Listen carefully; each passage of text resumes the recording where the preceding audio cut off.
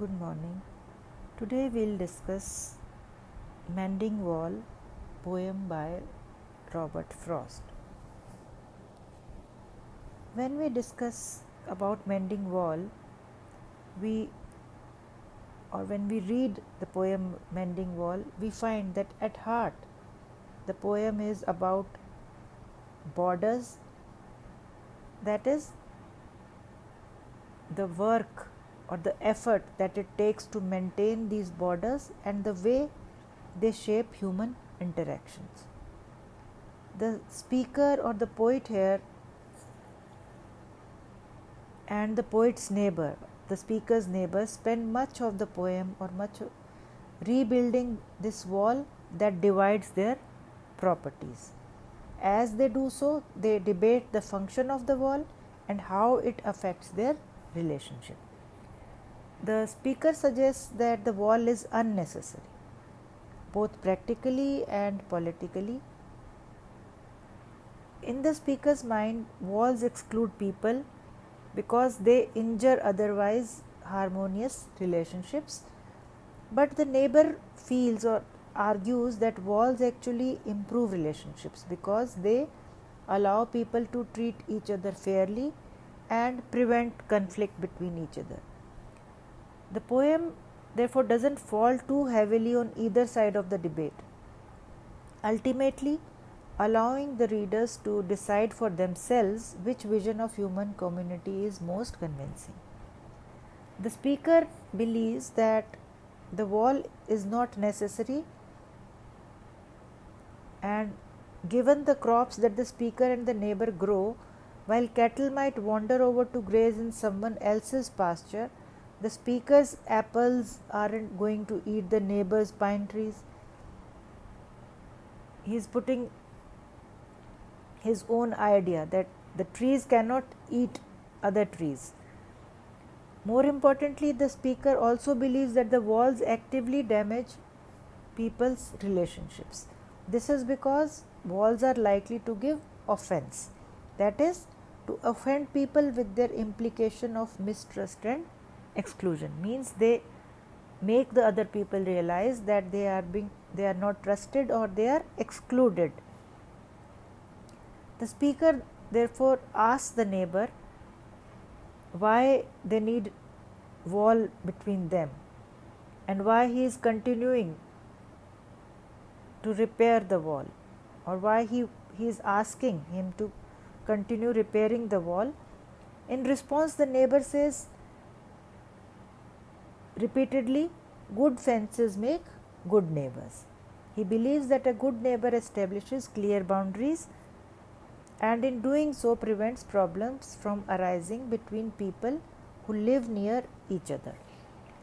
The neighbor seems haunted by the possibility of future conflicts, so he keeps on reminding or keeps on stressing that they should have good fences so that they could be good neighbors. In fact, he seems to regard such conflicts as an inevitable part of life and finds it important to take steps to prevent them. For the speaker, there is no reason to engage in such preventive measures because he feels that there are no conflicts between him and his neighbor,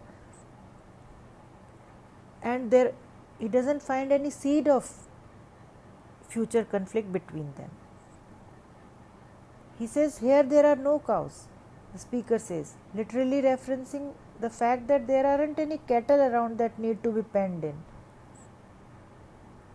If he says that no cows would go and graze on someone else's property, and also figuratively he suggests that the speaker and the neighbor have no reason to be possessive of their lands. He says that they are not competing for resources and therefore should be able to live peacefully side by side. In this worldview, people are basically decent. It is building the wall itself that seems to the speaker most likely to cause conflict. He says, without walls we can be much happier than by creating walls between us. He says that By creating a wall or building a wall, we create a sense of us versus them. Means we are there, we don't want to share anything, implying that the neighbors don't trust each other. The speaker and his neighbor therefore disagree over an issue so fundamental to human society and political thinking that they have a debate that whether conflicts between human beings are inevitable or are they preventable, or whether these conflicts are the result of misguided cynicism about the possibility of peace between people. The speaker in the poem is not entirely clear that the reader is supposed to take the speaker's side. He realizes that the reader might feel either way. Instead, the poem itself remains decidedly ambiguous. For all the speaker's complaints about the wall, the speaker is the one who sets the mending in motion by reaching out to the neighbor, and the poem even gives the neighbor the final word. Means he is ready to accept the other man's opinion. The poem therefore asks its readers to decide for themselves who is right and who is wrong, and to make up their minds about the utility of walls, borders, and other political and physical devices that divide people.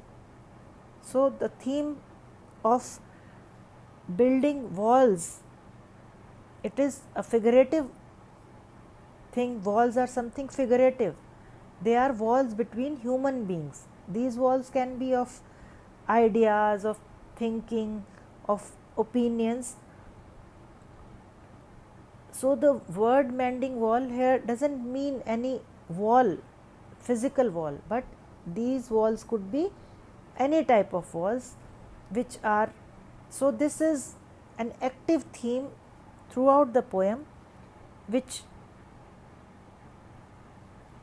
tells about the walls that should not be built, or it's the poet's opinion that the walls should not be built, and an openness should be there to accept other man's opinion. Thank you. We'll continue with the other points in the poem, The Mending Wall, in our next lecture.